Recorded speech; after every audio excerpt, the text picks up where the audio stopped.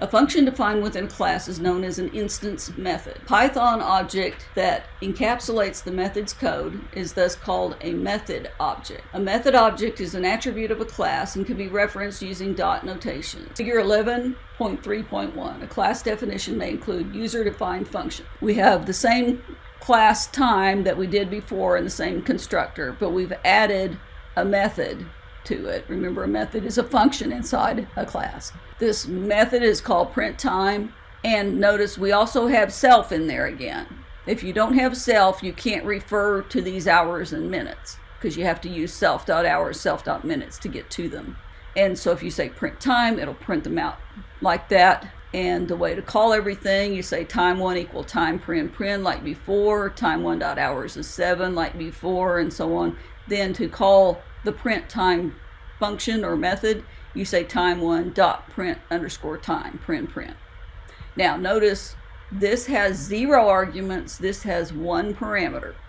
They're always going to be off by 1. Here's another class. We've got class animal. They're going to have a constructor called underscore init underscore. It will have a parameter of self, and then they're going to have another method called noise, and it's going to have a parameter of self and a parameter called sound. Write a statement that creates an instance of animal called cat. So you would say cat equal animal.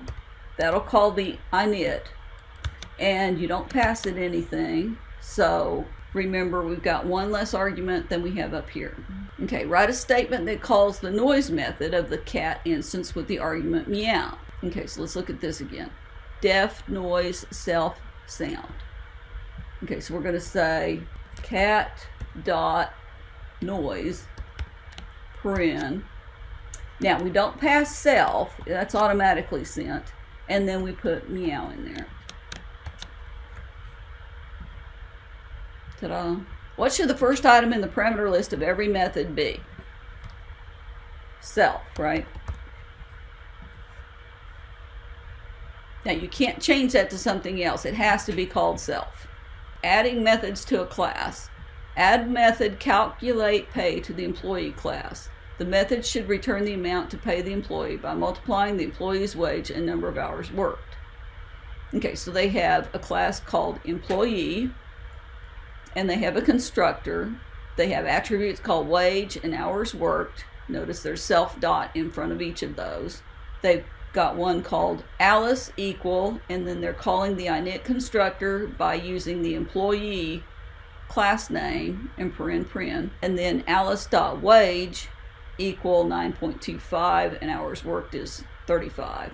Then they're printing out that information. Then they do it all again for Barbara. Now they want a new method that will calculate pay, and they're already calling that in here. They've got Alice.calculate_pay print. So they're not passing any arguments, so we're just going to have self in it.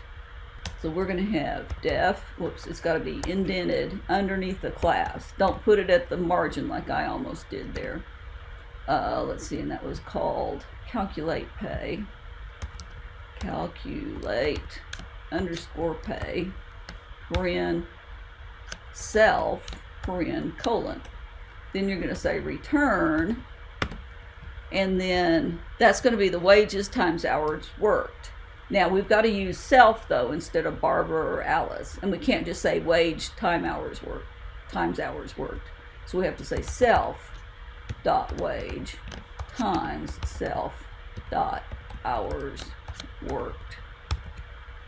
Okay, you have to have a return statement here, or else it's not going to return anything. If you just multiply it together, it's going to be lost. Okay, let's try running that. Okay, that looks reasonable. Accidentally forgetting the self parameter of a method generates an error when you call the method. So if you forget to put self in here, it's not going to work right. You're going to get this kind of error message. You're going to get a trace back, and then it'll say type error, calculate pay, paren, takes 0 positional arguments, but 1 was given. Okay, write the definition of a method add that has no parameters. Remember, it always has to have self, even if it doesn't have any regular parameters. So you'd have to say add paren self, and they've already got the colon out there. Write the definition of a method print time that has a single parameter GMT. So we have print underscore time, paren. We always have to have self and then the parameter GMT. This is kind of wrapping around because I've got it, the screen size increased. Okay, so that's correct. Creating a method object. Define the method object incnumKids for personinfo.incnumKids increments the member data numKids. Okay, so we're just going to add one to it. Sample output for the given program with one call to incnumKids. You should print kids 0 and then new baby kids now 1. They have a class called personinfo, a constructor called I__init___.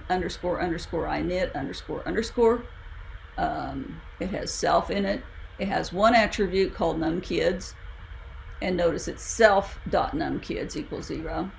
We need to write the incnumKids function here. They have person1 is the object that they're going to create or instantiate, equal personinfo, again that's a class name, paren, and that calls the init method. And remember, it has one less parameter than what you see here.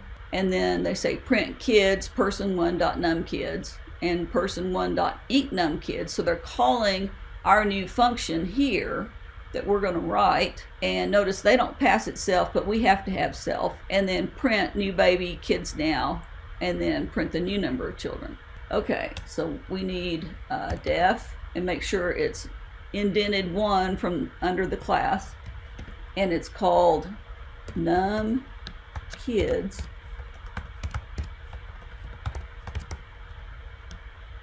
And remember, what do we put here?